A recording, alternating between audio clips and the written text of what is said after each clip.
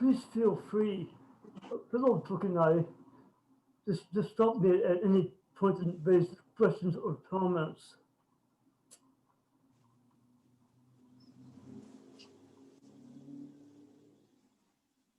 So you already know the background. Fellow Nadine, so we're considering how to configure aid to North Korea in exchange for its denuclearization.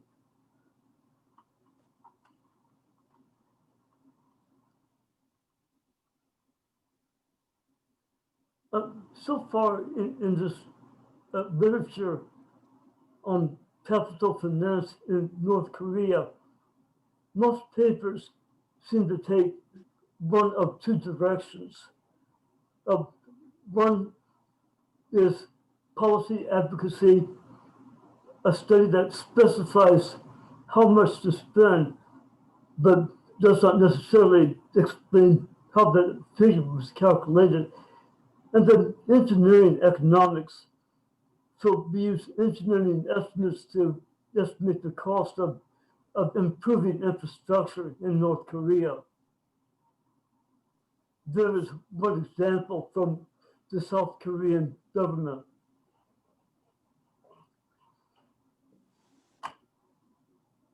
Hello, Ruston.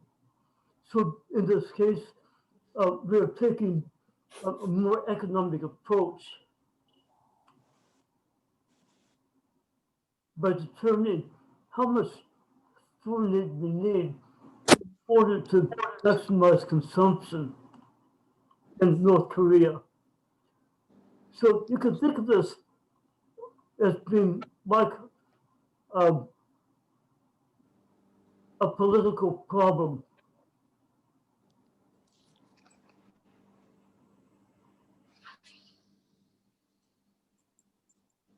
I'll start the video now since we're at 5 o'clock.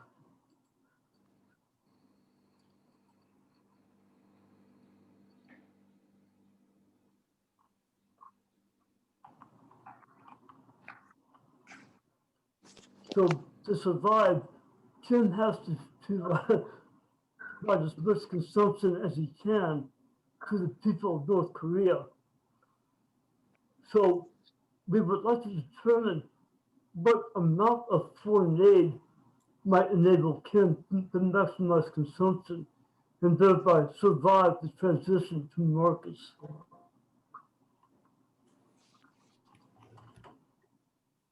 We could have taken perhaps an econometric approach rather than the simulation that I will discuss. But one problem is that the data, as you know, on North Korea is not very good.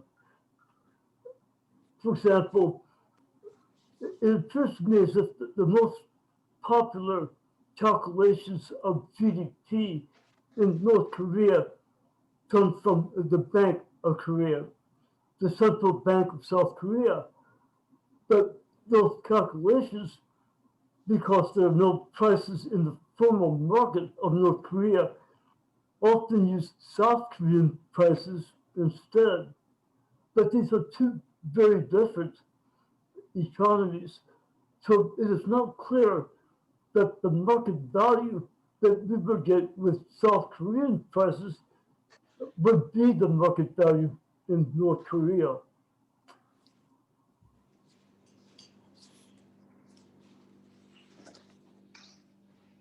So we suggest an alternative approach.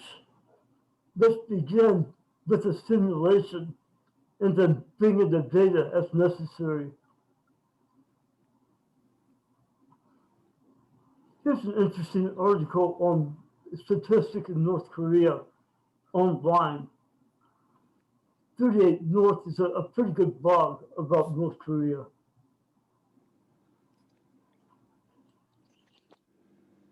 Just some background. After the Korean War, North Korea, if you believe its figures, was actually growing more rapidly economically than South Korea. However, by the 70s, North Korea has reached its production possibility frontier.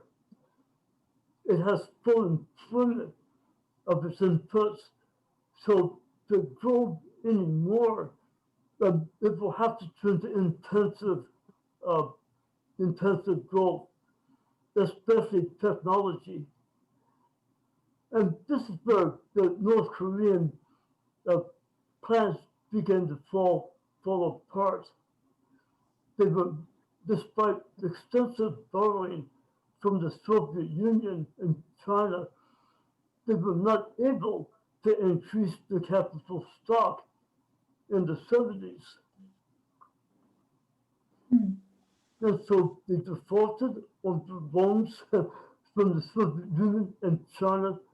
And after that, that default, it did not have a very savory reputation and therefore was attracting very little foreign investment, although that investment would have been essential for technological growth. So now, by the mid 70s, North Korea is turning to nuclear blackmail. It's beginning to build up its military sector.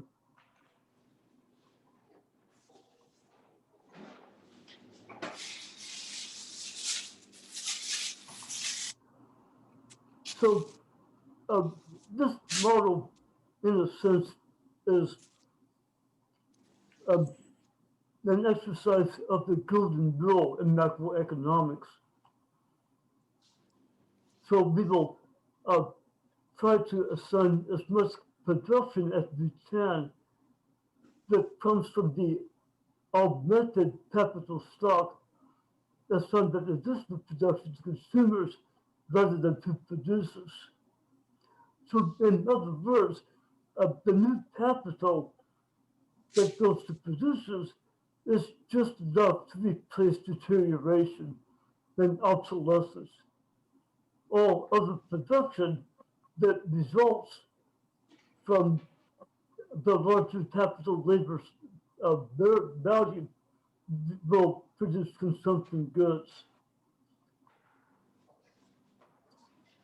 So in the model, there are two components to the rate of return to investment of the usual direct return and then an indirect return that occurs because wages have increased with the productivity of labor.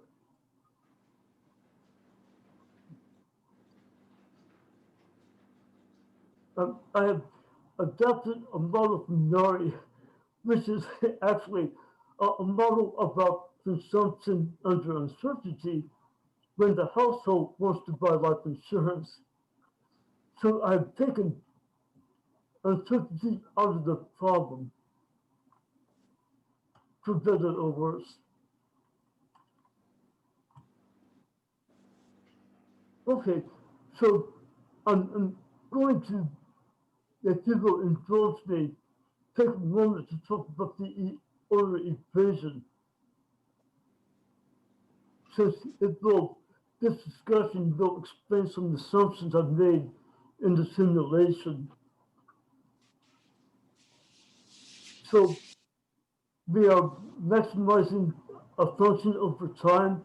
In this case, F is consumption, X is a level of capital stock, and then the dynamic element, investment, or the rate of change in the capital stock. And uh, I will impose boundary conditions, the level of capital at the beginning of the time period of aid, and then the amount of capital that we're supposed to have at the end.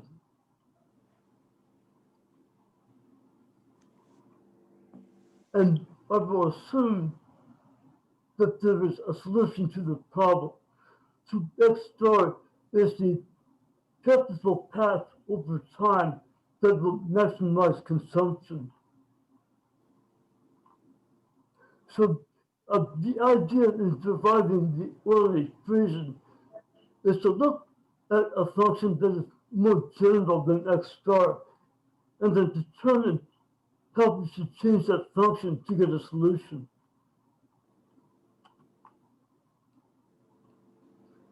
So in this case, the feasible function x may involve a deviation away from the x star.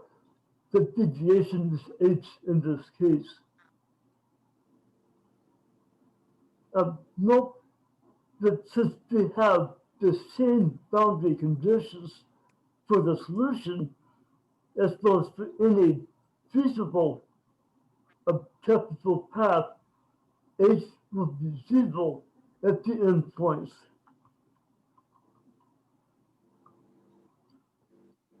So there is the general feasible function that incorporates the deviation from the optimal path h itself.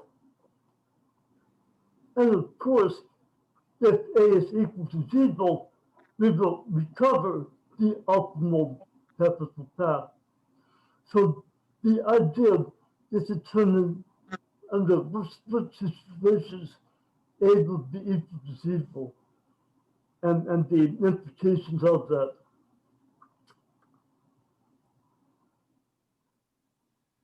So now in the integrand, I have replaced x and x star with the new admissible function y, and also the rate of change in y. And there is the function to be optimized. So I just replace y and y prime here with the expansion.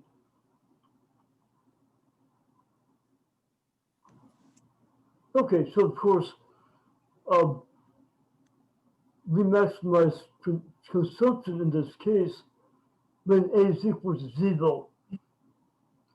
So we will want to take the differential of g and then set a equals zero.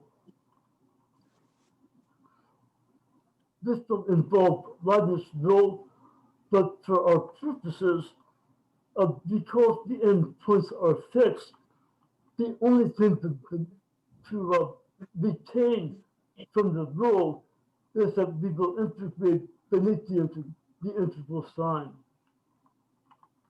We will differentiate that expression. So there's the differential. The other two terms go to zero because b and a are constants.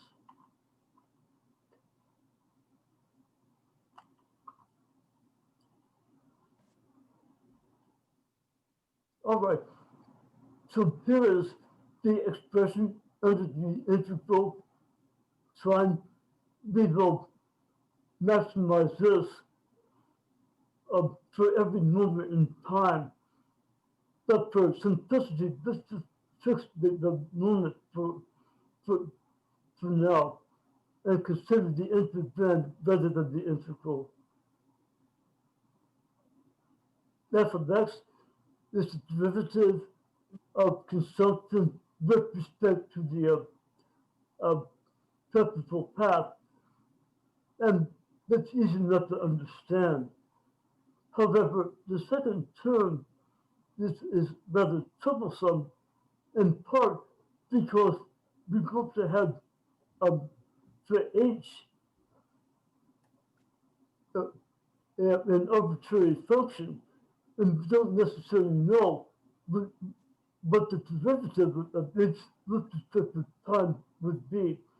So we would want to replace this term. And the natural thing to do is to integrate by parts.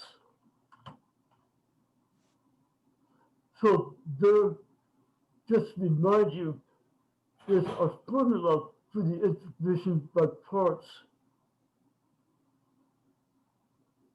where I have integrated both sides of the equation because it holds true for every moment in time, integrating over time.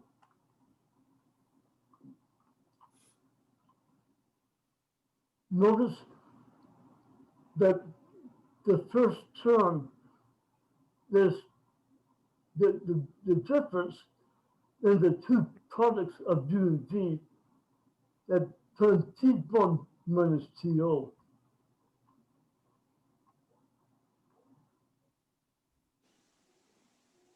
Okay, so remember that we want to have a simple expression for this term in the derivative.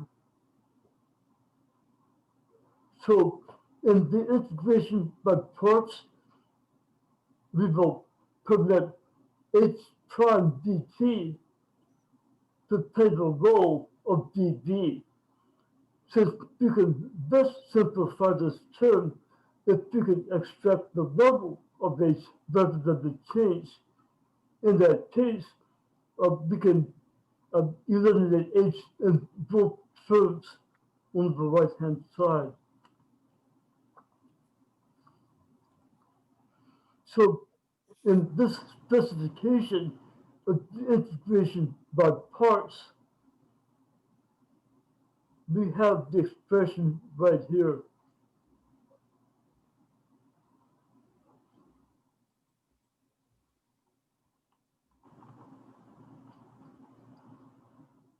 Here it is.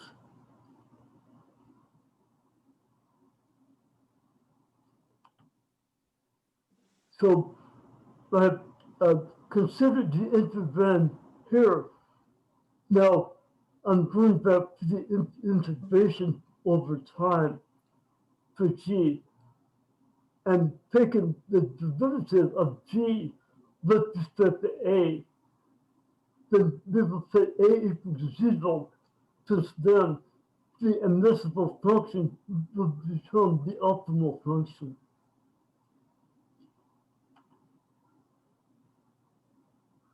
Here is the result in the last equation in the first order condition. And now we are close to the payoff by subtracting, by taking out h and t for both of the expressions. We have a bracketed side that has to go to 0 since h is an arbitrary function. And there is the order equation that we will use. So notice that it balances static and dynamic values of x in this case, where x is the capital path. If they did not have a dynamic element, then investment x prime would not enter into the problem.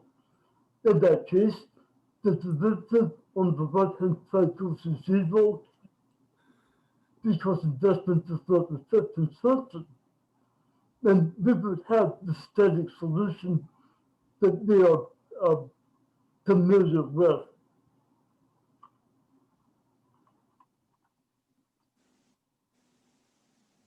So the right-hand side gives us the dynamic element. In this case, consumption is affected by investment because when we invest, we have to save and thereby cut back on current consumption, which is F. We will consider that impact of investment on consumption over a short period of time. Sure. And there is a nice textbook Yeah. on the calculus of variations. I've also used it for this model. Was there an earlier edition of Kameen and Schwartz before 91? This There had to be, right? is Because I back in, remember using it in grad school, yes, which was in the 80s. as far as I know, there is only the second edition. Okay. Okay. There's not been a third edition. Mhm. But even so, Mhm. I think it is still a nice introductory textbook to the calculus of variations, at least Mhm. in economics. Yeah. All right.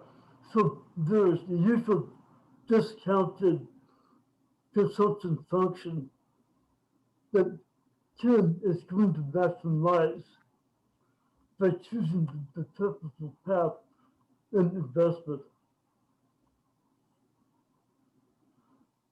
And here is the income constraint.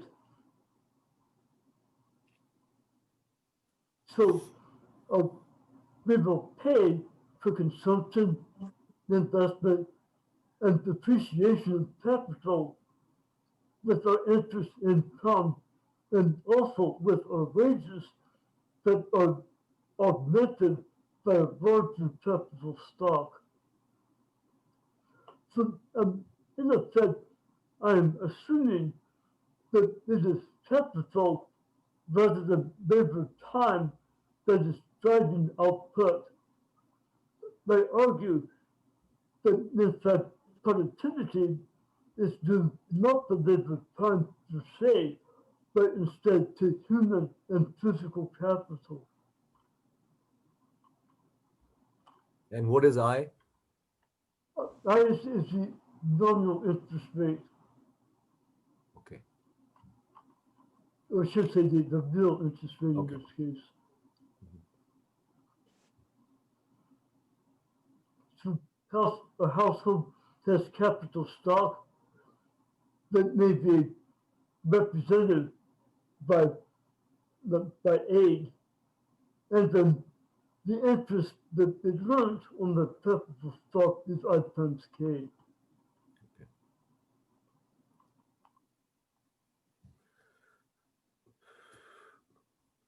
And then the boundary conditions, which I think are not controversial in this problem. And also a simplification because you can now use an easy uh, form of the order equation if you don't have to worry about setting the endpoints. All right. So again, beneath the interval sign, the integrand is F is discounted consumption. I have substituted for consumption the income constraint. So all that this says is that consumption is financed by wages and by the net interest earned on the capital stock minus savings that are financing investment.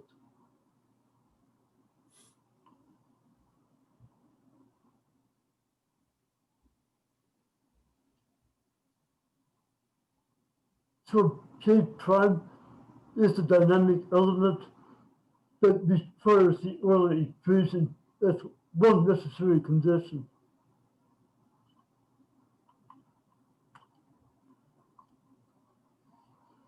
And here is an interpretation in a problem for the Euler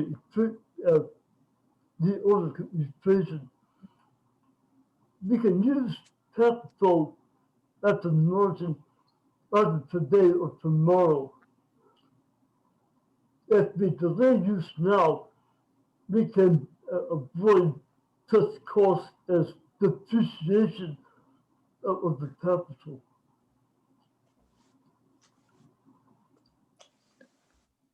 So in the early equation, we have on the left-hand side the value of using capital today that provides new consumption, and on the right-hand side, the value of delaying investment so that we would have future higher consumption.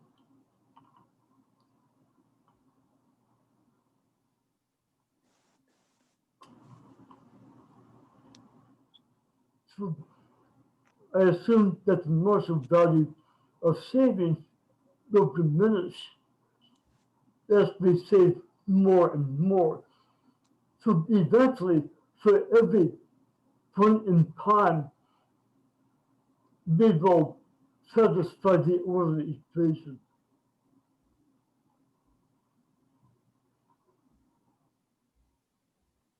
Okay, so in general, the orderly equation, as you know, involves a second derivative.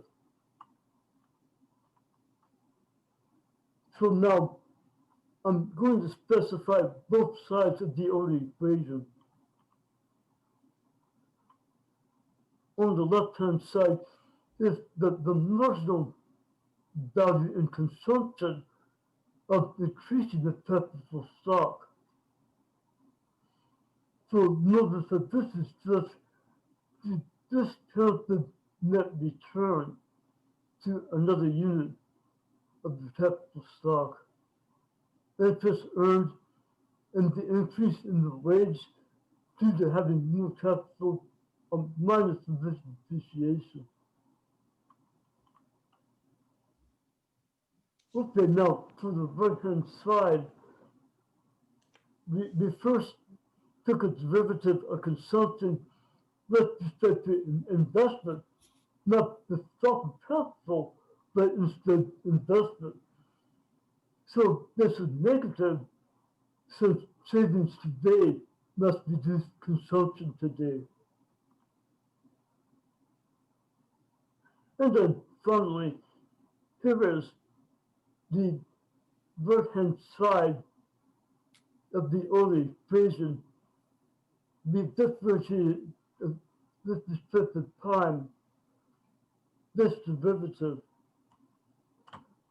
And again, the interpretation is straightforward. After time, the marginal value of investment will rise, but because they have higher future consumption.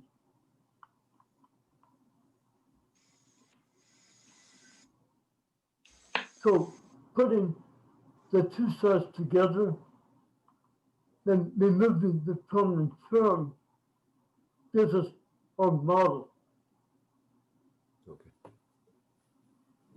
where R, the subjective rate of time preference, is measuring of the cost of saving today rather than consuming.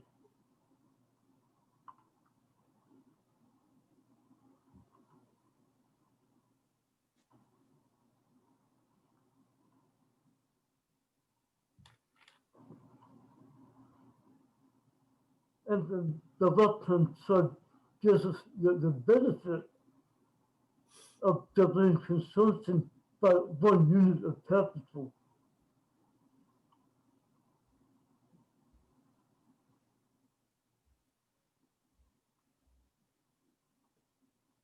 Okay, so far.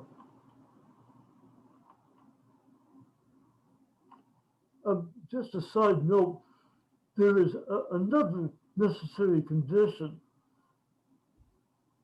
that we need to satisfy, a lot like a competitive condition in a study problem. Could you go back one slide, please? Uh-huh. Okay. That Now, one. if this R, the social rate of discount, if it was 0,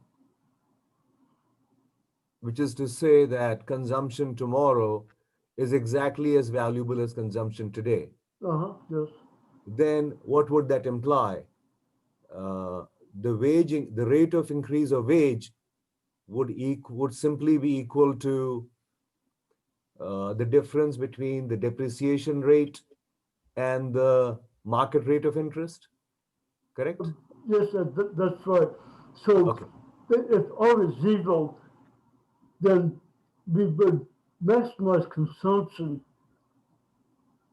by setting the increased wage equal to the difference between depreciation and interest income. Okay. Okay. And I is the market rate of interest, correct? Yes, Okay. All right. yes, Okay. that's Thank right. you. Thank you. Yeah. No, it's a good question to raise. I'll make a note of that.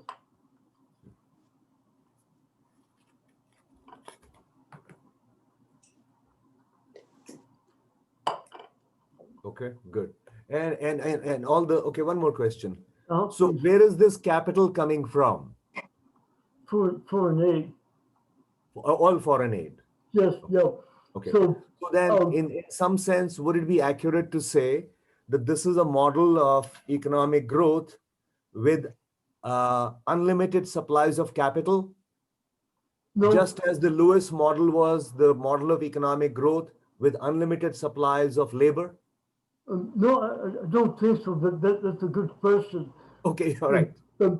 I think we have assumed um, a certain amount of capital at the end of the time period. That was our end point.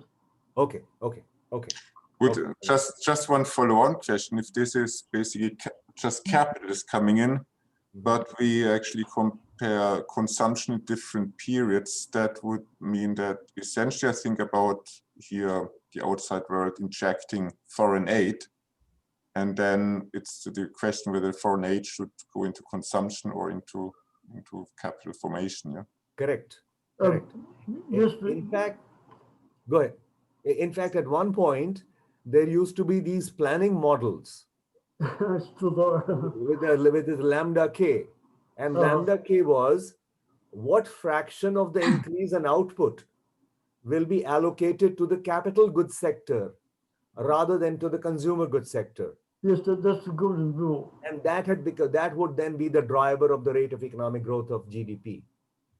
Yes, basically, as long as we understand the maximizing consumption Exactly. explicitly.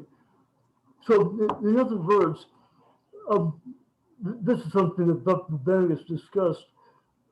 Ken, if he's going to make the transition to markets, has got to satisfy consumers because they're going to have a lot of grief in the short run. Correct.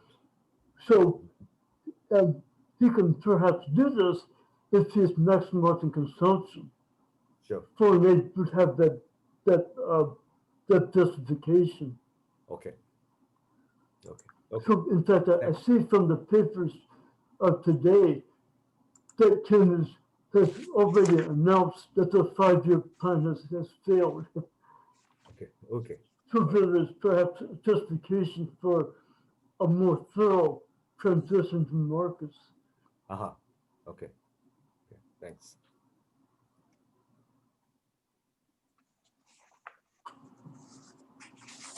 All right. So we're interested in the rate of return to foreign aid. And in the early equation, that rate of return given by the left-hand side is equal to R, the rate of subjective time preference of the social discount rate. But to measure R, we hope to have, I think, the interest rate on savings for time deposits, since the depositor will demand compensation for saving rather than consuming today.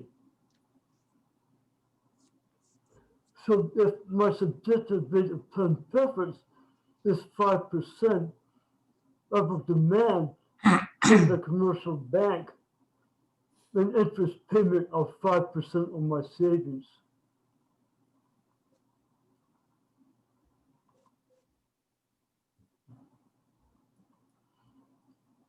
So we have taken the interest rate in the initial time period, since it will be our initial preferences that determine the typical path that we will plan in the years to come.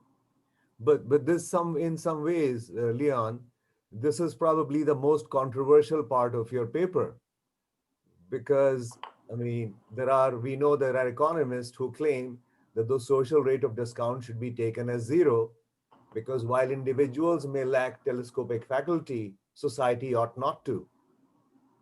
And what ought to be, it is a question of welfare economics. Or sometimes Amartya Sen would even argue that you should use a social choice theory model of a very Erovian or with interpersonal comparability to figure out what ought to be the social rate of discount, because it's really an ought question rather than is. Would you agree? No, I'm not sure that I would. Okay, all right. I mean, technically, yes, we can handle a zero social discount rate, but what we are arguing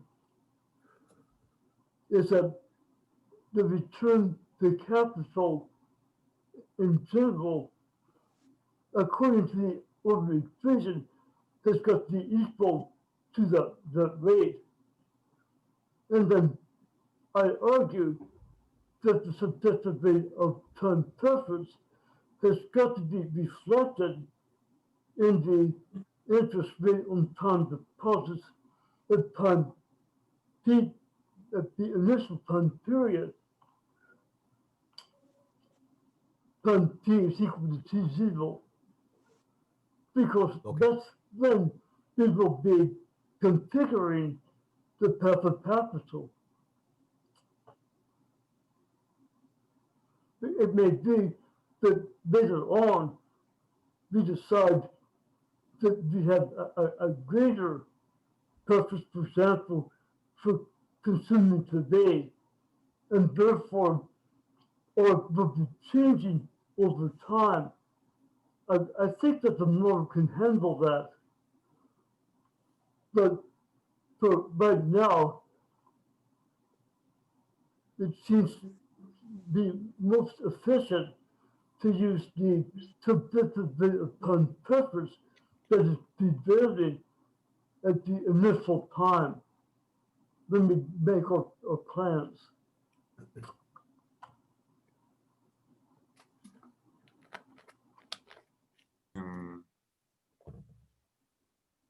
Go ahead. Should I ask a stupid question?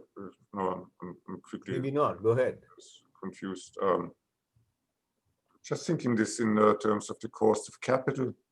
The cost of capital, wouldn't that increase with the depreciation rate? Why am I not wrong? Okay, so interest or also some sort of discount rate, maybe not yet totally socialized like I. Normally I would calculate, or that's interest plus rate of depreciation equals cost of capital. Now here I subtract the rate of depreciation, even though it certainly implies a cost of transferring capital into the future. Where am I wrong? No, you're not. Delta rises, cost of capital rises. Yeah. Well, Give it an eye. Then back to that, okay, I see that you have that equation there in the beginning, but okay, I'm still, but how can I understand that? in other words, when we add another unit of capital, we need to be sure that we are replacing any worn out capital already in the stock. So depreciation rate has to be subtracted from our rate of return the capital. Depreciation is a cost. So that's basically something that you put into the model to begin with. Yes, it's in the income constraint. But okay, but ideally you would want to, okay, that's basically the assumption that we assume that we just replace capital, but but then we do not, or then we just allow for an accumulation of capital still, because otherwise I wouldn't meet that Euler equation. Yes, we are maximizing consumption. So depreciated capital has to be subtracted in terms of production that can be allocated to consumption rather than to the producer. A higher rate of depreciation implies lower consumption. If we are holding constant the wage and the interest income, there is a trade-off between depreciation and consumption. But then consumption is, okay.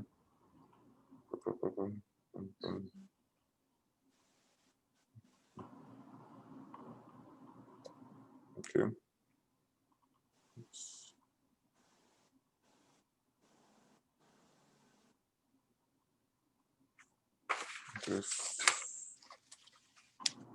So now we are looking for the interest rate paid on savings accounts in the South at a time period where the Southern economy is much like the Northern economy today. So we have taken into account the fact that South Korean income per capita was as low as it is in North Korea today, back in the 60s.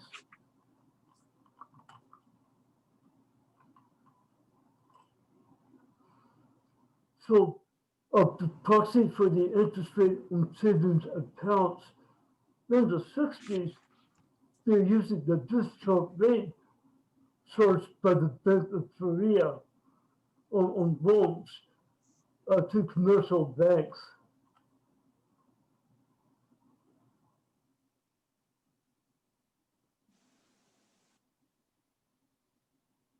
So there was the justification.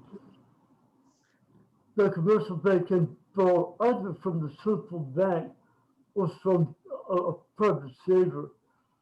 And so they'll reallocate borrowing until the marginal cost of borrowing from either the central bank or the household saver is the same. So over the long run, the interest rate on savings accounts should begin to approximate the discount rate from the central bank.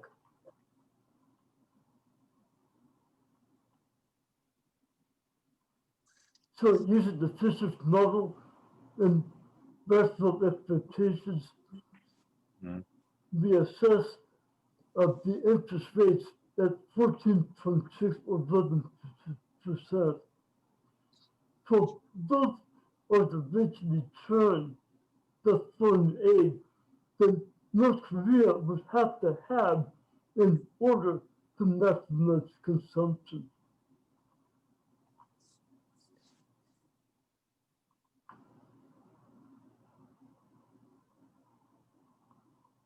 Yes, but then it's more model of financial sustainability rather than a model of optimal employment of capital. I'm sorry, I did not understand. I'm just wondering, because that's now basically a model that connects here real economy and the finances, consumption, investment, wages, and capital income. Well, the inflation rate has been netted out, Gerald, and consequently, Leon has obtained the implied real interest rate. Mm-hmm. Okay, so the nominal component, the monetary component of the economy has been removed. Is that correct, Leon? Basically, yeah. Okay. So there is no linkage here between the monetary and the real parts of the economy. First, on the other hand, Leon, is maximizing the net present value of consumption from T0 to T1 or 0 to T. So it is an optimal growth model. Okay, not merely a consistency model. Or you could have a consistency planning without optimal planning, or you could have an optimal planning model. So this is an optimal planning model. Yes. What And I'm a little unclear on where this capital is coming from, and if I mean, is it that at every point in time, at Oh. any point in time T, there is a capital KT coming from abroad? yes, the capital is coming. Okay. And so from whatever foreign. is needed comes in, or is it a pre-given, is it a pre-specified arrival of deliveries of capital KT at point T? Yes. Is that pre-specified? Um, Or is that endogenous? the planning period is set in concrete. Okay. So Okay. once So the path of KT is set in stone, and then given that now lifetime consumption is being maximized. yes, Correct? Okay, makes sense. Gerald, so that's the story. Mm. Okay. Given a regime of KT input deliveries, capital input deliveries at point T in time, pre-specified, exogenous. yes, Okay. the plan is specified at time T0 Okay. at the initial time period. Okay. Yes, I mean, but that's, you're raising a good point, since I've not considered Okay. whether under what conditions that North Korea would be committing to that capital path. Mhm. Okay, now I came a couple of minutes late, so maybe you told the story as to how this exogenously specified KT path was arrived at. Is it like outside nations have made a determination that this is how they will contribute? Yes, yeah, Okay, okay, I got that's it. right. Okay. Then the story is clean. Gerald, is the story clear? Or do you still have? I mean, okay, let's go on. Okay, I mean, there are other issues might arise later. Okay, carry on, Leon, thanks. So the idea is that to survive, Tim has to keep the population happy. He can do Although that. right now they are right now on half rations, even according to FAO. You know, they're getting half the number of calories per day in North Korea. Correct? Well, that's been true now for decades. But Okay. I'm not sure that the empirical evidence really suggests that there is famine, more severe famine in North Korea today than in the Correct. past, because on the black market, rice prices are not changing. Aha. If Okay. we had a new famine, Mhm. then the black market price should rise. But Mhm. that seems not to be the case. Okay. About a factor somewhere. Okay. Okay. There it is. Mhm. So there's the black market price for rice, Aha. the blue function. Okay. It is rising rather radically from 2009, the financial crisis, Mhm. up to 2013. But then it is not rising permanently, but instead rising and falling with the season. Mhm. So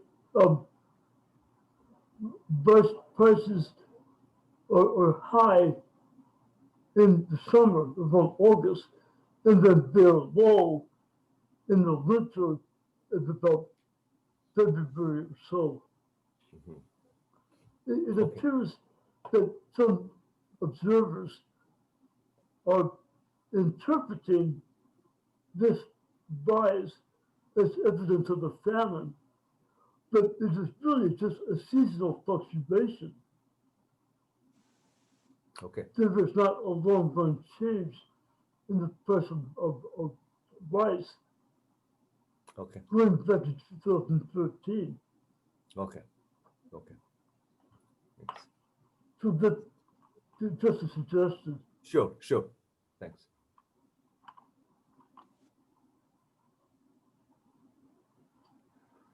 And the same thing for the black market exchange rate Sure. of Sure. both the dollars hasn't changed very much over the long run. But that's a side issue. But if you're interested, here's a paper on the effects of sanctions, Okay. from which I took a graph of Okay. rice prices. Okay. Thanks.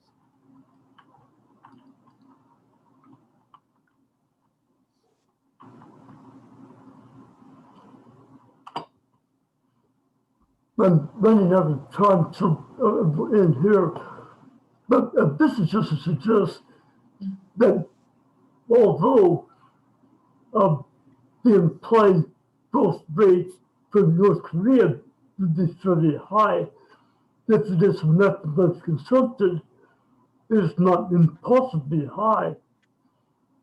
These growth rates for other nations are um, in the same neighborhood Mhm. of 9% to about 14%. Okay. So it is not impossible Mhm. that that Tim may be able to maximize consumption.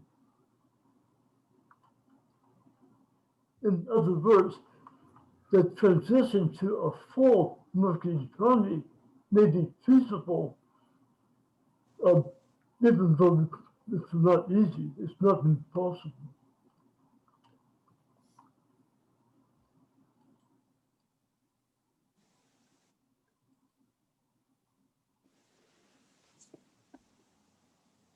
Okay. So you would argue that rates of growth of about 10-11% annual rates of growth are quite realistically achievable, at least in the first 5 years or so of North Korean transition. They are achievable if we are comparing North Korea to other economies that Right, increase exactly. Yeah. rapidly in the transition to markets. Mhm. But that can happen in North Korea, I think. Okay, but how would why would the same conclusion not apply to, let's say, a country like Somalia, which again is coming from from a completely tattered state? Any country that is in a tattered state, where there is a complete disruption of market processes, you bring in foreign aid with a pre-given time path of input delivery of capital, and then you would end up with something like 10-11% rate of growth in Somalia also, South Sudan also, correct? But, um, but you see, I think that Somalia is a different case because basically it does not have the government. Aha, okay. North Korea has a. Well, I mean, there are screw ups of government. different kinds. One guy just sitting on a pile of nuclear missiles. The other guy has just destroyed the government. There is none. Yes, but that's a question about conditions under which the transition to market economy can Okay. occur. Mhm. Marcus Nolan, I'll put down his name. Okay.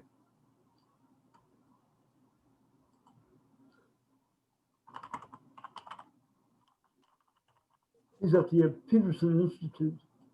Okay. Okay. Okay. Okay. Nolan has argued that market transitions are most likely to succeed if we have a large agricultural Uh-huh. labor force. Okay. Okay. Mm-hmm. Okay.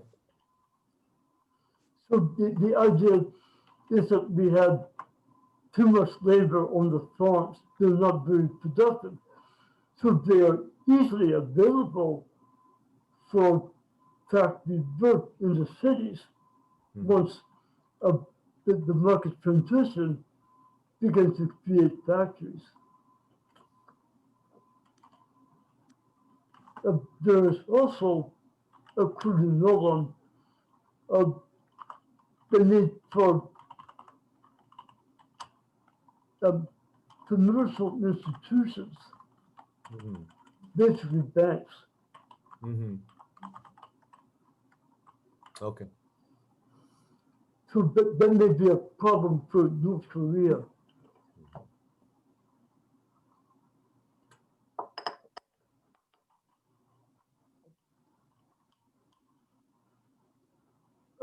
It does have a fairly large agricultural labor force as a Are share of there the any, total labor in force. addition to a large agricultural labor force and commercial institutions, banks and so on, in addition to that, is there any role identified for infrastructure such as roads leading to villages, so that the labor force can actually be deployed in productive activities rather than, for example, one of the huge differences between China and India is that China is able to reach the deepest parts of China because of the roads built. And in India, you try and get 50, 60 kilometers outside New Delhi, and you're in the middle of nowhere. There are no roads leading up any further. So is that infrastructural constraint or not seen as another constraint? I mean, North Korea could not possibly have great roads leading up to the deepest parts of villages, right? No, it has a poor road system and It does? has had bad roads since the 1970s, yes. Okay, okay. But one assumes that the foreign aid can help pay for better roads. Okay. That is not necessarily a roadblock Uh-huh. in the transition to markets. Mm-hmm. But if we don't have commercial institutions like banks, then there is a roadblock because Okay, without the sure. foreign aid cannot immediately be spent effectively. Makes sense, yeah. Mm-hmm. However, the lack of roads Mm-hmm. um, Sure. is not necessarily in, in, a, a hurdle in the transition from markets. We can build roads if we have good banks and finance to do for roads. Okay. That's what happened in China in the Mm-hmm. 1980s. Correct, yeah.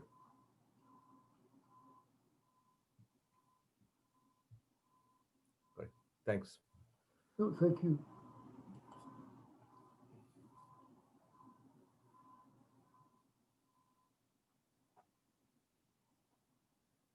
So, So Gerald, you're comfortable now? Yes. Well, there's just one remark that I would still maybe for that could be clearer in the paper, because or maybe something that could be more connected to standard sort of standard terminology, because what you here has as this I of I times K plus, it should probably be a uppercase letter, L of W of K. That's precisely what normal is, just this F of K and L. Or so that's also where my confusion came from, that you just called here that, okay, so that's what is normally this F prime of K, you call that I, and that's maybe you can say, okay, that is something that I can estimate better than my F prime, but it might actually confuse us there. At least this was I think then my point why I got confused now when I looked at that. Because then it's all standard really. Correct. But what you might now want to emphasize with your equation is that if you don't separately control K and L, maybe because the distortions that then you want to have basically this indirect effect of K on L. And I think that is still something that you could emphasize there. But the argument is that capital is productive, human physical capital. Labor time per se is not productive. Yeah. Labor time in this model would be basically a measuring rod. That's, But Yeah, yeah. workers are not productive if they don't have experience in education, if they don't have human capital. Labor by itself is not highly productive. Only capital is. Yes. Where, of course, if you argue with human capital, always the question whether it would be better to have it directly as a variable in the model. I mean, here you can, I mean, that is an argument that I could easily accept, that you say, okay, I don't directly control here labor and there's maybe a distortion in the labor market, or, but if you say, if you argue with human capital problem, it might be better that you explicitly put that into the model just to connect it to the standard literature there. You mean No, Just a thought. right. Now, isn't the effect of capital on labor showing up in terms of the increase in wage, which reflects the increase in productivity of labor, yes, the W primed? yes. But Gerald, that is being captured. The effect of K on L is being captured insofar Yeah, as L is becoming more. Yeah, but you capture it. I mean, the question is, normally you don't. Okay, but in a normal neoclassical growth model without human capital, you don't capture this effect, and it's probably because you say, okay, if all the variables are optimized, L and K, then you have essentially here the envelope theorem, and you don't have any of these indirect effects. Basically, you need to argue some sort of a distortion either, or yes, that's an elegant way. Or you say, okay, I separately need to capture here the human capital effect, maybe with some HK model, something like that. I is set outside of the model. I is exogenous. Mm. So you have, So H is exogenous as well as, and by the way, the important point is that here K is also exogenous. The No. KT plans. And Correct? again, not KT. K, you could exogenous. probably could argue that it's actually a capital accumulation model. So capital accumulation is actually modeled. It's just claimed that basically the return is constant. Correct. I. I think we can extend the model to endogenize I without much trouble. Which is what Gerald is saying, that F prime K or Would F be- sub K is precisely I. Mm. That is how I gets endogenized. Basically, the marginal product of capital equals I. Marginal consumption of capital. Correct. The marginal consumption of capital. Correct. Yes. Yeah. Okay, I'll take a look. So basically, consumption is in corn, capital is in corn, and there is labor on the side. Yes, yes. Correct. So it's a Labor single is- commodity model. Labor is not important in this model. Okay. Okay. So corn and labor in the background produces corn output. Yes, And some of that gets reinvested or gets invested in the accumulation of capital, Yes. which then propels a profile of consumption from 0 to T. To be you mean maximized. of the time period, yes, Yeah, maximized over. Like, Consumption at time T depends on the capital stock at correct, time T, and correct. also on the change in the capital stock at time T, since Correct. that is investment financed by savings. Mhm. Okay, okay, all right, I get it.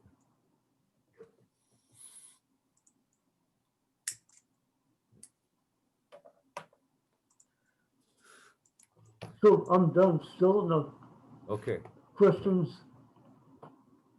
Well, I have a question that is sort of prior to the model, in the sense that, and this is not based as much on your presentation, but somewhat on Dr. Banks' papers or books prior to that, where he seems to think that somehow the prisoner dilemma problem has been solved, and all these outside actors will come upon a number and say, every year give so much capital to North Korea. And I used to wonder how the prisoner's dilemma problem of a uniquely Pareto inferior pair of strategies would end up as being something that, or how escape from that would occur, and a Pareto superior set of strategies would converge upon a KT profile of input deliveries every year. Yes. But that is not something you address. No. Okay, No. That's another paper. right. Yeah. So I'm looking only at the rate of return to capital that is necessary to maximize consumption. Correct. If we achieve that rate of return, if we achieve it, then we may have a transition to markets that is politically feasible because it is maximizing the welfare of the households. Okay. I do Okay. not look at whether that is realistic to occur, Okay. but Makes I sense. agree that that is a key shortcoming in the argument that foreign aid can substitute for nuclearization in North Korea. Sure. So we've had these attempts going back to the 1994 agreed framework of persuading the North Koreans to give up nuclear arms in exchange for foreign aid, or in the case of the agreed framework, to give it up in exchange for water nuclear reactors. It just never succeeded, as far as I know. Mm-hmm. So are you making the point then that it is not a sufficiently large dose of foreign aid that has been offered, and that is the reason why denuclearization has not occurred? Yes and no. Okay, all right. Okay. I agree that Dr. Banks' estimate of $30 billion per year is an underestimate. I did not get into that in this seminar, but the simulations that we have been running suggest that $30 billion is enough only if there is zero depreciation of the capital stock, not realistic. If we have 2% depreciation, the amounts that are necessary may range from 36 up to $90 billion a year. Okay. This is a very expensive proposition. Okay. Okay. So yes, to that extent, I agree that the plan is not politically realistic for right now. And I agree that the amounts of foreign aid that are being suggested are too low. Okay. So one possibility may be to pay for removing vital bottlenecks rather than trying to do the entire economy wholesale. So, for example, North Korea's electrical grid is underground for military reasons. Is that the only country that has an underground power grid? I don't know. But Okay. they're losing a lot of electricity because they cannot easily repair Sure. the electrical grid. Mhm. It may be that spending a few $1 billion today on the electrical grid and nothing else may help remove one bottleneck to production.